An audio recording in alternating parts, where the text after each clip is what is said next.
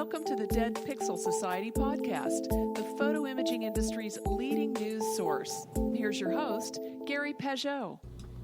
The Dead Pixel Society podcast is brought to you by Media Clip, Photo Finale, and Advertech Printing.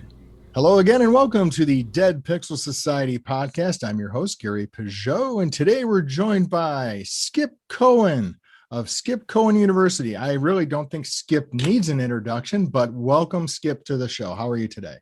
Hey, buddy. I'm doing good. How are you? Good. I'm doing great. For the 5 people in the industry who don't know who Skip Cohen is, can you share a little bit of your background? Oh, let's do the 2-minute version as opposed to the 20-minute version. Straight out of college, went to work for Polaroid. I was every parent's nightmare. Was actually asked to leave college several times.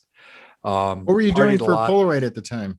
I went in as a $2.89 an hour lab tech, washing bottles in the lab. But I fell in love with the company, went back to school nights on that tuition reimbursement program, and was there for 17 and a half years. In fact, somewhere in there, I think you and I met.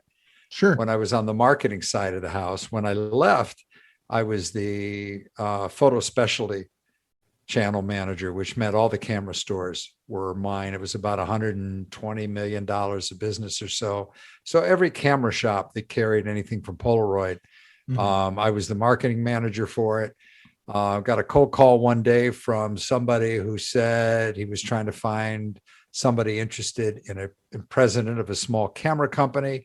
I thought it was my brother-in-law, told him to kiss my tush. I'll see you at Ma's for dinner later. And as I'm hanging up the phone, I hear this guy yelling, no, it's a legitimate call. Well, the job was president of Hasselblad USA. And I left Polaroid halfway through 87, joined Hasselblad USA, and was there for 12 years. And then left to go play on the internet for 2.5 years with a company called photoalley.com. And just like 7 to 1 in a dog's life, the 2.5 years felt like 15. But, whenever a project fails, we always say the same thing. We rationalize, we say, yeah, but I learned a lot. Yeah. Well, yeah, there was a lot of learning back in those days. There was a lot of learning. And there were a lot of people when the internet imploded in 2000, 2001, around that time period. Photo Alley went belly up. Even though we'd gotten over 30 million in sales, we still weren't in the black. And that's because that old business model of we're going to go into business, we're going to get lots of customers, we're going to lose money for the next 5 years, go public, and you'll make millions. Right. That was very common back then. For you kids out there, that was how people did business back in the day. Well, even Amazon almost folded.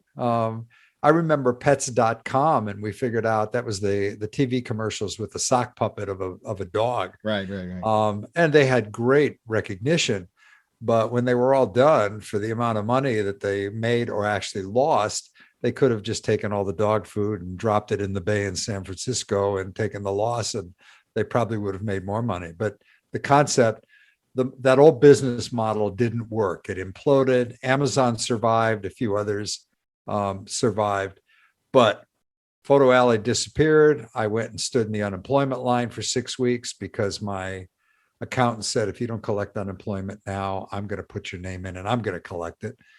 And somewhere in there, Steve Sheenan and I were friends. He owned Rangefinder magazine and WPPI. He said to me, why don't you come out and I'll make you president. I'll be CEO or chairman of the board, and I'll stay out of your hair. And I was there for 7 years. And then in 2009 said, no, I didn't agree with some of the things that he wanted to do, and decided it was time to head out on my own and see if I could actually walk the talk. I mean, I'd had great jobs, great exposure. Everybody knew me. I mean, come on, president of WPPI. And the show at that point was running around 15,000 attendees. We actually took over the Garden Arena at the MGM Grand in 2009 and had Blues Traveler in a party sponsored by Nikon. Well, I think I was at that show. You probably were. Yeah. But that was it. I headed out on my own in 2009, and here I am 12 years later. So what does heading out on your own actually mean? I mean, you Oh, start what? What do you decide to do? Because you don't start a trade show, you don't start no. a magazine, you don't start a new camera line. So what is it that you Well, do? for me, and I remember wanting to leave. I was unhappy. And even though people thought I had the greatest job in the world and I'm Mhm. making a good salary and the show's doing well, and the magazine was up to around 350 pages back then, I had an unbelievably great team with people that with Bill Herter and Oh, George sure. Marinakis and Arlene Evans. Mhm. Sure. It was an amazing Mhm. team, the five of us. Oh yeah. Well, I mean, from a PMA perspective, you were probably our biggest competition in terms of Yeah, growth, yeah, because we were trying to get photographers at the time, and they were either going to, and WPPI, that's where all the growth yeah. was back then. So you did a great job. I had a great team. It was definitely, I knew that if one of us had an idea and all of us agreed, it was great. If one of us had an idea and nobody agreed, then it was no, it just wasn't going to go. So the five of us were an incredible team, and we had a great team supporting all of us. Yeah. So that whole group, I mean, everybody thought that WPPI must be this huge company. It was like PMA. You didn't have a lot of players at PMA, but you sure had a big profile. Off I go on my own. I didn't know what I wanted to do. All I knew was that I wanted to head out on my own and start consulting, seeing what I could do. I started a thing called Skip Summer School that came together really well. It's an idea I had at WPPI, and Mhm. the owners didn't like it, so I never went with it. And when I decided to do it, I remember him saying, well, go ahead, do Mhm. it. And I heard later on the rumor that he thought it was going to fail anyway. Well, we had 350 people in Vegas. Now, in 2009, we were in a recession. Mhm. People thought I was absolutely nuts. And I remember when I was trying to decide whether or not to leave, Sheila and I were dating. I'd gone through a divorce. Mhm. And I remember Sheila saying to me, what are you worried about? What are you afraid of? Mhm. And I laughed and I said, I'm afraid of failing. Mhm. And that's that hurdle that every photographer, in fact, everybody in business can identify with. Sure. But that first summer school came off well.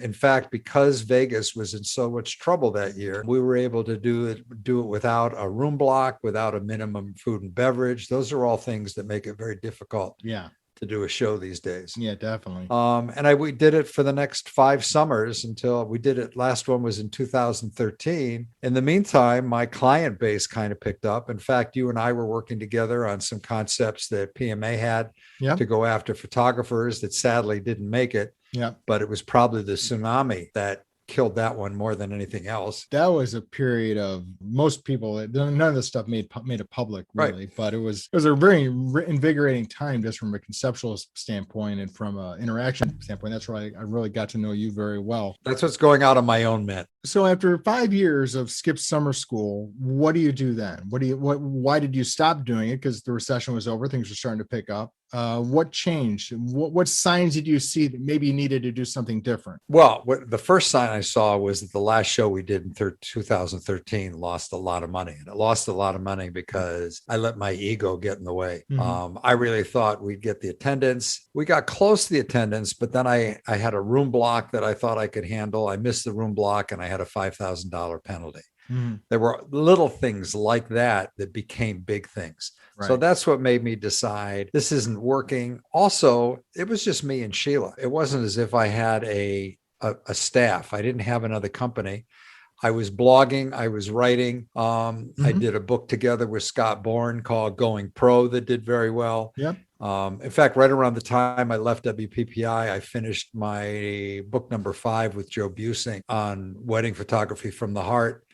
Then Scott and I did a book together. So I'm writing more and more, and I'm morphing into a writer. I'm doing a blog, and somewhere in there, I decided I wanted to start truly my own real blog with a focus on education. Sure. And I remember Scott Bourne. Scott Bourne is responsible for helping me a lot to get that off the ground, because I didn't know what to do, how to build it. Right. And I was going to name it something kind of lofty, like the Photo Resource Center or something like that. Mm-hmm. And Scott looked at me and said, you have to put your name on it. Well, I don't want to put my name on it. Yes, you do. Mm-hmm. Why? Well, because everything you've ever done has always been in education. So let's call it Skip Cohen University. And then I remember Scott saying, just trust me. Let me lead off with this. So Scott did, at that point, Scott probably had around 100,000 followers, somewhere in there. And he went ahead and put a tweet out that said, Skip Cohen is back. And then I remember Kelby writing something like, what do you mean he's back? I just talked to him yesterday. Where's he been? But it launched it. And the following day we kicked off Skip Cohen University. And that's, at that time, Profoto was involved. I'm trying to remember. Panasonic started to get involved. Tamron was very much involved. Marathon Press. Right. I had about 6 or 8 partners in it. And essentially, I became kind of the PR arm using Skip Cohen University and then building my Facebook page. Right. And then later on Twitter. And what I started to do was to write somewhere in their podcast started to play a role since 2017. Shamara Young and I have done around 120 podcasts together. Wow. What's the name of that podcast? Well, one of them is Beyond Technique. One of them is Mind Your Own Business. And the other one is Tamron Recipes, which is specifically for Tamron. Right. In fact, it was actually Rich Harrington at photofocus.com had an idea, and let's do a podcast together. And I remember saying to Sheila, give me a name. What should we call it? Sheila is my muse. Yes. And she came back with, why don't you call it Mind Your Own Business? So the Mind Your Own Business podcast was actually the first one to kick off. Right. That's probably around 2014 or 15.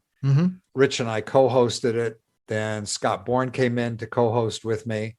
And then when Scott left the industry for a while, he suggested Shamara. And Shamara this whole time had been behind the scenes working for Photo Focus as she refers to herself as Queen of the Nerds, because she's got the tech ability. It's really wonderful when you work with somebody that makes you sound better than you should all the time. Exactly.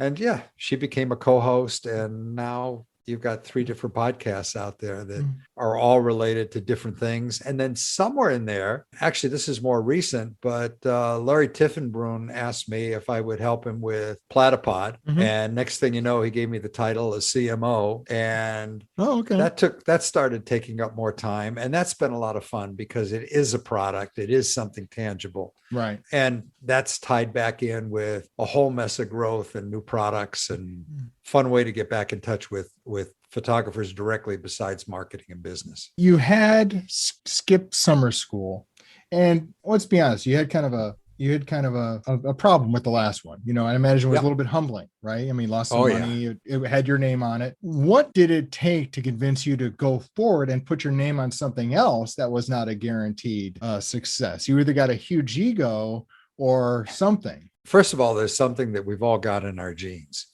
You either have that gene that says, what is it, fight or flight? Right, exactly. So I got the fight gene, and I wasn't willing to lay down. Also, when I looked at the problems, the company didn't lose money that year because I had other things I was doing and consulting. But the reality is that the summer school itself, I was never looking for it to be a big moneymaker. Sure. But when you look at all the work you did and then you lose money, you say, all right, this just isn't going to work. Now, Skip Cohen University and blogging and starting to write and working with other clients, I owned that. The overhead was minimal. It was sweat investment because somebody's got to do it. Right. But it was a more results driven. I mean, I could do a blog post and see it and touch it and measure the impact because you could see what was working, what wasn't. Sure. And at the time, for example, Profoto must have had hundreds of videos already up on YouTube. So there was content that I could take. And I was almost like, think about a neighborhood theater that opens up a second theater on the other side of town. I was like that second theater. I was giving companies an opportunity to take information that they had out there and now project it into a different part of social media, which in this case is anywhere from a dozen to probably 15 different forums on Facebook. My Twitter followers started to grow. My Facebook followers grew. So suddenly I had access to a good audience. And then during all of that, I was also, I didn't give up on teaching and speaking at various conventions. I didn't give up. I mentioned the book that Scott Bourne and I did. I've got another couple of them in the wings that I just want to do on my own, but I don't know. Procrastination seems to win out too often. Do you think just as a common aspect of business people that they stay with good ideas that may have come to the end of their lifespan too long. They don't know when to get out. Yes. I mean, there's that old line, and I give this to photographers all the time when I'm teaching. Growth only happens outside your comfort zone. Mm-hmm. And we all do get very comfortable. And there's also that line that goes, if you do what you've always done, you'll never get more than you ever got. And you look at what happened with COVID, and you look at photographers out there that sadly were one-trick ponies. And if you had made it a point to be strictly a wedding and an event photographer during COVID, you got hit much harder than somebody that might have been working on having a family portrait business. Or, I mean, JP Ilario over in Albany did this thing called FaceTime Portraits and actually made it onto the Albany News, where he'd work with his engagement clients, for example, and bridal clients, and started doing headshots and couple shots where they've got their phone, and he's directing them on how to set it up, and the lighting, he's suggesting, hey, pull that table lamp a little bit closer. That's it. And I want you to turn towards the light. Meanwhile, their phone is sitting there on a little stand in front of their computer. Well, he's at the other end on his computer working his magic in Photoshop to create a beautiful headshot. Hopefully they were using a platypod for that problem. Oh, he might have been. No, he wasn't using a platypod. It would have been nice, though. I'm trying to throw in the pitch for it. Thank you. I appreciate the plug. So yes, people tend to stay. Nobody wants to see the writing on the wall that whatever you're doing isn't working. Yeah, I mean, I think, we've all come into that. I mean, even from the PMA background, there's a lot the PMA was doing that wasn't working, that it was continuing to happen. I mean, every business run into it, and sometimes it's hard to change. I mean, in photography, it's a classic. I mean, everyone talks about Eastman Kodak, right? What happened? What went wrong with Eastman Kodak? And a lot of it was they were a chemical company and a coating company that happened to be in photography. And then they, instead of pivoting like Fujifilm did and learned to code other things, they went whole hog into, and they bet the farm on digital photography, and they were never going to dominate that field like they did in traditional photography. Well, take it a step further. I mean, and you and I were around to see all this happen. There was an awful lot of arrogance over at Kodak. I mean, best example that I've always appreciated was James Joaquin built O-Photo. And O-Photo suddenly became the largest engine in the world for doing something with your digital prints.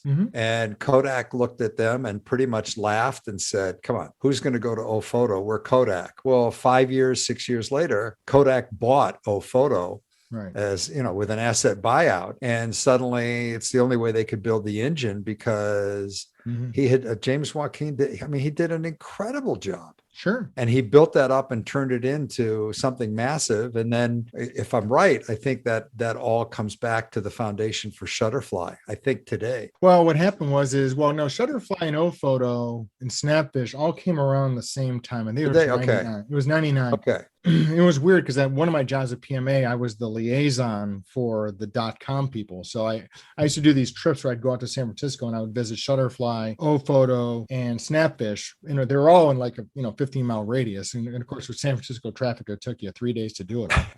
but it was interesting because there was sort of this parallel idea, and there was that idea that we're Kodak, consumers trust us, and they'll do it. And to be honest, they had all the tools. They had a softball pitched to them and they whiffed, in my opinion, in the sense that they had all the tools, they had all the technology, they had all the brains, they had the brand, they had everything, except, like you said, a little touch of humility might have helped. Yeah. And here we are today, where they are a fraction of what they once were. And the industry has changed. But I also saw the same thing happen at Polaroid. Sure. I mean, there was a time when every single doctor in the world, every pregnant mom took home a Polaroid black and white picture of the ultrasound.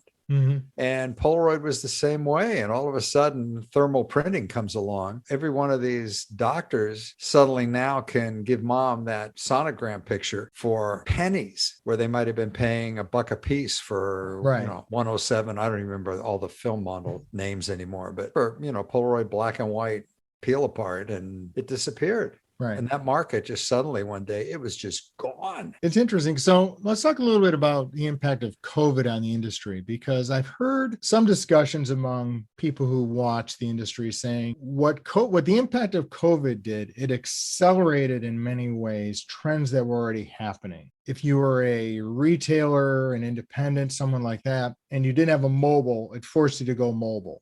And if you're a photographer, it forced you to become more of a marketer and a merchandiser, because you had to say, okay, I've got a pool of pictures of my sittings I've done.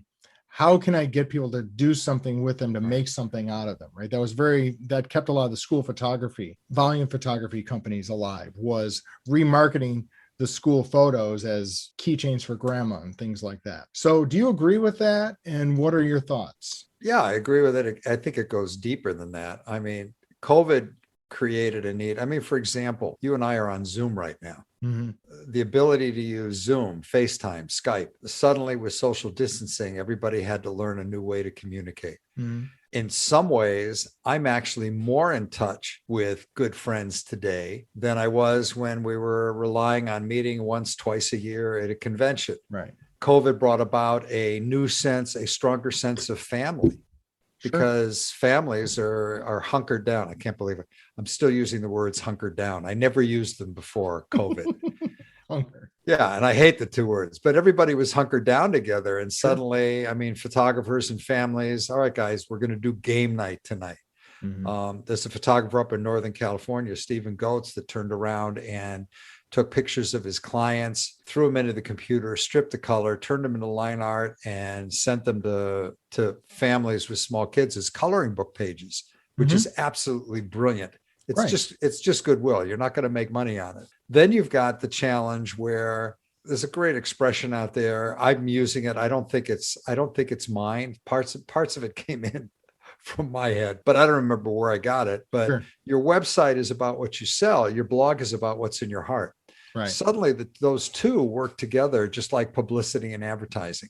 Right. And your website became the equivalent of what a bricks and mortar storefront would have been in your community going back just a few years ago. And suddenly you had to learn how to be online. You had to have products that worked online. I get a kick out of working with Platypod because I have fun with it.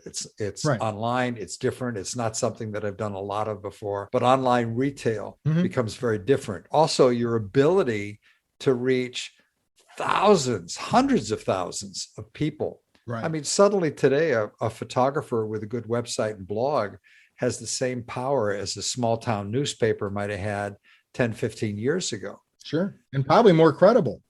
And more at times. But you also have to, when you say more credible, you also have to be careful. Sure. I mean, I remember doing a website review years ago of a young photographer, and she was very excited to have me review her website. And we got to her blog, and she wanted me to read this one post. And it was hysterical. It was well written. It was funny. It was like a scene out of Animal House for those of our listeners out there. And if you haven't seen it, if you're not old enough to actually remember it first run, then go on YouTube or go to Netflix and find it. But it was very funny. But the problem was that she wrote this whole story about how she and her girlfriends had all gone out that weekend. And one girl got drunk and went home and slept with the drummer, and somebody else slept with the guitar player. And it was cute. I said, but she said, do you like it? I said, it's hysterical. Oh, I'm so glad you like it. I said, wait a minute. What's your goal? She said, well, I want to be a family photographer here in my town. It's like, no, that's the wrong message to send. Mom hasn't forgotten what her college days were like. Right. But mom isn't ready to trust her family to somebody that's just having more fun than she is. Right. I guess that's one way to put it. And it doesn't build your credibility as a photographer. Right. So it's sort of like, yeah, you've got more influence and you've got more reach than you've ever had before, but it's also a double-edged sword. You really have to be careful with what you say. There's a great line that goes, there are no erasers on the internet. Right. So if you're stupid enough to get into an argument on a thread on Facebook somewhere, for example, right. And we've had this happen in Facebook wedding photographers where somebody said something very derogatory about a client, and a competing photographer actually took that information and shared it with the client. Screenshots will kill you. Yeah. You cannot accept that, everything you share on the internet is never going to be shared again. So you need to be careful. I remember. I'm sorry. You ask a question and we kind of go in the right direction. And then I feel like I get totally off track. Oh, no, we're on track. We're on good. I remember back when we first started working together when PMA was a client, and you recommended a book called Worldwide Rave. And I listened to the audiobook actually, and that was really changed a lot of the thinking. Before you talk a little bit about the book, how has COVID changed that idea? Because a lot of that was built around building, in-person connections. That's where I'm struggling with seeing the way out. Like Zoom is great. I get to talk to Skip. I agree. We've connected in many ways, but I still think there's a place for in-person interactions. It may not be 30,000 people at a trade show, but what do you think that looks like? First, tell people what Worldwide Rave is, because I know that was one of your touchstones. Oh my God. That was one of the very first business books I read, and my son recommended it. I don't remember the author, but if I got up and turned around, I could get it right off my bookshelf here. What I loved about the book was that it talked about how the world at that time was changing. And I remember one case study in there where I think it was at Universal Films, or Universal Studios. And it was the woman in charge of PR for whatever the latest Harry Potter movie was. And instead of doing their usual, we're going to get the whole industry together and we're going to do a conference and a press conference and the whole 9 yards, she brought in, 10 of the world's biggest bloggers on Harry Potter stories. They concentrate on those 10, and those 10 created something outrageous. And you can't quote me on the numbers, but it was something like, 400 million impressions that came out of those 10 people because of their depth. And that's what got me really thinking about the ability on how we communicate and how we get the word out there. Now, what you're talking about right now couldn't be stronger because we all miss human contact. Right. At the same time, there's an expression, and this is thanks to Scott Bourne again. Scott Bourne for years has been saying to photographers, get out there and own your zip code. Literally, go knock on doors. Knock on the doors of every business in your community. And you always get somebody that says, yeah, but Skip, I'm a wedding photographer. What am I going to talk to a realtor about? Well, you're going to go in and you're going to say, hey, my core business is wedding photography and I'm here in town. But if you ever need help on anything in imaging, give me a call. I won't always have the answer, but I've got a great network and we can always find help for you. So suddenly you've planted the seed with the realtor who's way out of line in terms of his or her goals versus yours as a wedding and event photographer, but you've met them.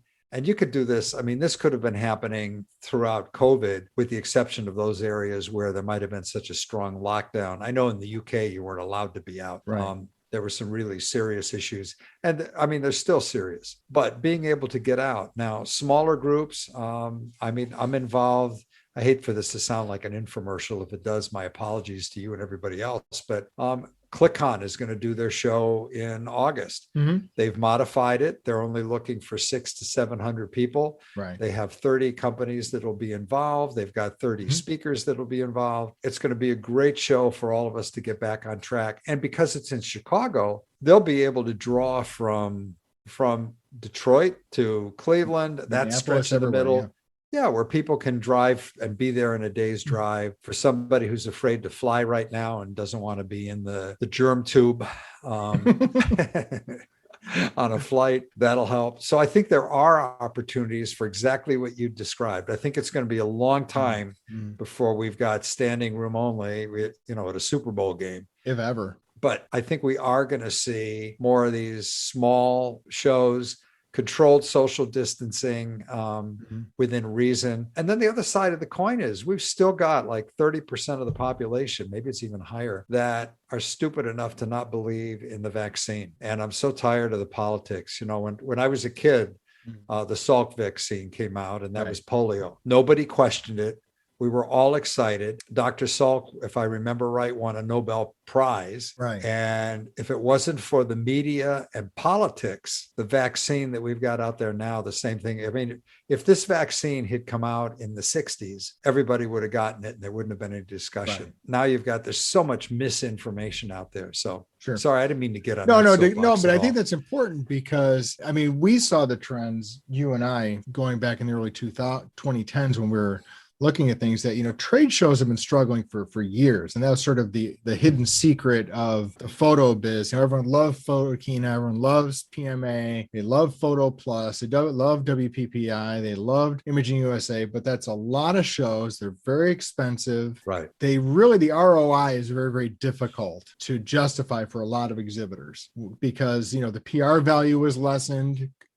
Because the national media wasn't going to all the big shows anymore. PMA used to get like the New York Times and USA Today and Chicago Tribune, all those people, and they basically, when their budgets were cut, they stopped going to the shows. They started relying on freelancers for their show coverage, which of course then Canon's like, why would I pay all this money for this booth when I'm not getting the media exposure I want? And there's I can talk to all the dealers I want to anytime I want. Again, COVID kind of accelerated this trend that the big shows are either going to have to go away to some extent or change into more of not an exclusive, but more of a tighter environment, right? Almost a clubby kind of thing. What do you think? I agree. The other thing that a good show does is provide good hands-on education. Right.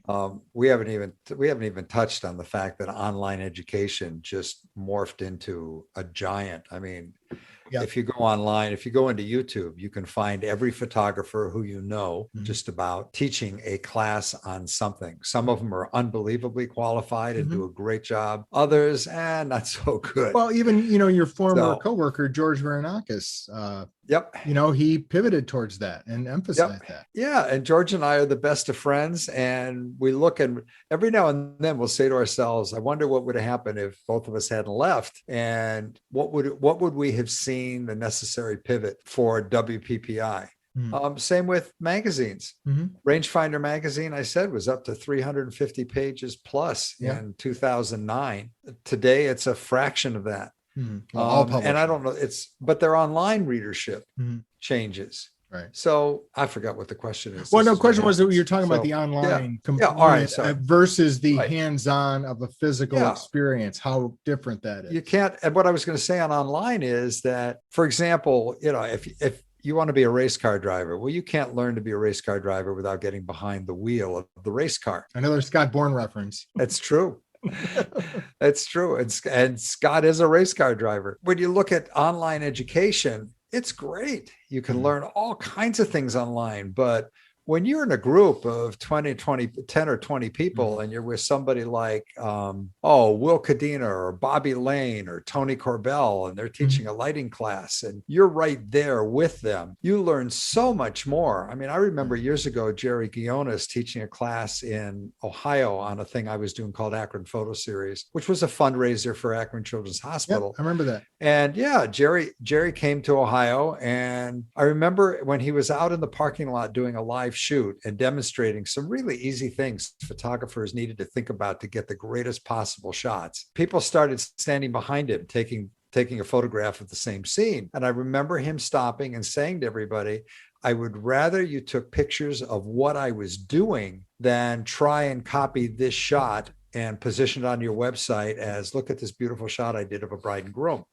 because it's not your shot. You're over my shoulder. Right. But if you learn what I'm teaching, then you can experiment and practice on your own. And that's where that hands-on, you still can't beat it. And I absolutely believe that great photographers and the future of great photographers that we're going to see are people that learned online, or they learned with working with a mentor. They experimented, but then they took every possible class that they could just to keep expanding on their own hands-on. And there's some great photographers Roberto Valenzuela just did a lighting workshop in Tucson a few weeks ago.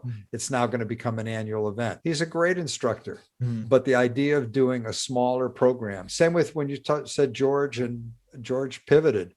Sue Bryce Education grew to just monster proportions with terrific online education. But you still need the hands-on. I don't think any bride or groom wants to hire a photographer who hasn't actually shot pictures in the field, has done it all online. And unfortunately, there are people out there who try and sell themselves that way. And well, there are all kinds of things going on. That's one of the sad things on the internet is that you want to remind brides and grooms, clients, it doesn't matter. I mean, commercial is no different, but it's like, look at the portfolio, get some references, make sure that what you're buying isn't just what you saw on the website. Because every now and then there is a photographer that's ripped somebody off that doesn't know what they're doing. And what's interesting is that those people are getting caught more and more. I mean, anybody can get the first client. Any moron with anything you want to build on a website can get the first client, but it's getting the first client to refer their friends. And it's the second, third, fourth, and fifth clients that really tell the story of a good business. I heard a piece of advice that someone gave, said you should never hire a photographer whose portfolio consists of shots they've taken at workshops, that they're not actually in, working jobs, that their portfolio is basically other people's lighting setups, basically, to go to the Jerry Guionis example. Yeah,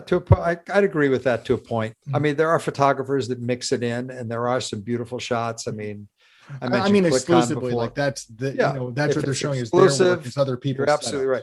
But sadly, a lot of the public doesn't know that. You've been really positioned as an educator for a while. Do you feel there are lessons that photographers just have to either learn the hard way, either refuse to learn, and needs to be repeated over and over? Yeah, but it's funny. Most of them are outside of photo. Sure. Well, they're all about business. When Shamir and I do these podcasts, our favorite last question is, what advice would you give a photographer just starting out? Every single guest always has a spin-off of the same kind of thing. One is learn about your business, understand your expenses, learn to develop your own voice. Right. I mean, I think it's wonderful. One of the wonderful things about the internet is that as a photographer, you can look at so much work that's out there and not copy it, but then take what you're seeing and put it all together. So you're almost like, in fact, I mentioned Tamron recipes. We treat our guests as if they were chefs. If you think about it, every photographer is a fine chef. Somebody specializes in French, some say Italian, someone out there is only going to make pizza, but they're still chefs. So it's kind of developing your own style and the importance of that. And most of the lessons where they repeatedly get screwed up. In fact, a great example is gear. People get gear fever, and you and I are both old enough to know, like, new car fever. Once you get it and there's something you want, you're going to figure out how to get that new car, whether you really needed it or not. You can justify any, quote, business, unquote, expense. Right. So it's recognizing. I remember Joe Busing telling a story about buying a tilt shift lens because he thought it would be so cool to make his wedding work look different. And he bought that tilt shift lens, rarely used it, sold it for a loss. And during the time that he invested the money in it, he was short on cash flow. Another one is, I can't think of who the photographer is, that said to a group of students we had, you know what you do when you don't have a lens long enough? And they're all sitting there going, yeah, what do I do? While you're moving closer. You don't buy the $7,000 long lens, right? Yeah. And that's what happens. And there are also photographers that fail to recognize partnerships. If you've always wanted one of those gigantic wide format printers, then get together, and you can't afford it, then get together with another couple of photographers and buy it together. You're not going to be printing on it every single day. You're using it to meet the needs of your clients and share it. The same with an exotic lens. There's so much equipment out there that you can share the cost of. Or even rent. I mean, that's or rent. There's online rental companies now that provide access to great equipment. And we had a tagline on Hasselblad's leasing program years ago that said, why not utilize our assets without depleting yours? So you could go ahead and you could lease it with a $1 buyout. And I don't know if programs like that are even around anymore, but it gave photographers an opportunity to get the equipment they needed and not go into sticker shock and be eating. You don't have to eat macaroni and cheese every single night. Wasn't that the Hasselblad tagline though, was sticker shock? Boy, it was. It was. And it didn't get any better. In fact, when I was there, the team I had, that one too, which is pretty unbelievable. We beat on Sweden to come out with the 500 Classic, which was the camera, an 80 millimeter lens, and an 812 film back, all for $19.95. And that was a big deal back then. And getting away from sticker shock. And we sold hundreds of them. It got people into the system. What is your last bit of advice for the veteran photographer, not the newbie. Everyone has advice for the newbie, but for the veteran photographer who maybe has 10 or 15 years left in their career to take them the rest of the way to the paddock. Easy one. First, take a break. Mm-hmm. Step away from the business. Recognize that you need to do a jump start. Take everything that you knew and figure out how to have fun with it. I mean, it sounds so basic, but if you're not having fun in this industry, then you're doing something wrong. And maybe coming out of COVID, there are a lot of photographers that lost their business or substantially reduced revenue. And instead of getting back on the horse and really taking a look at, all right, what are my skills? What's going on in the community? They've gone into analysis paralysis and they all look like deer in the headlight. And Terry Clark, a good buddy over near Pittsburgh, once said, look at everything being done in your community by your competitors and then do something different. Getting involved in your community is going to help. Looking at your skill set and saying, all right, what can I do that's different? Picking up the phone, call your lab and just say to the lab, what's new?